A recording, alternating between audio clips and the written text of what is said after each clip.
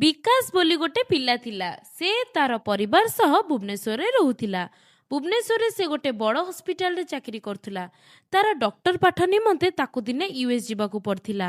ୟୁଏସ୍ରେ ଯାଇକି ଯେତେବେଳେ ବିକାଶ ରହିଲା, ତାର ବାପା ମା ନିତିଦିନ ତା କଥା ଭାବି କାନ୍ଦୁଥିଲେ। ଦିନେ ବିକାଶ ତା ବାପାଙ୍କ ସହ କଥା ହେଉଥିବା ବେଳେ ତା ବାପା ବିକାଶକୁ କହିଲେ, ଆରେ ପୁଅ, ଆଜ୍ଞା ବାପା କୁହନ୍ତୁ। କ'ଣ କରୁଛୁ? ଏଇ ହସ୍ପିଟାଲରେ କାମ କରୁଥିଲି। ଆରେ ପୁଅ, ତୁ ଗଲା ଦିନଠାରୁ ଆମକୁ କିଛି ଭଲ ଲାଗୁନି। ଭାବୁଛି ତୋ ମାଆର ମୋର ଯଦି କୁଆଡ଼େ ଠାକୁର ପରିଦର୍ଶନ କରି ଆସନ୍ତୁ, ତାହେଲେ ମନକୁ ଟିକେ ଶାନ୍ତି ଲାଗନ୍ତା।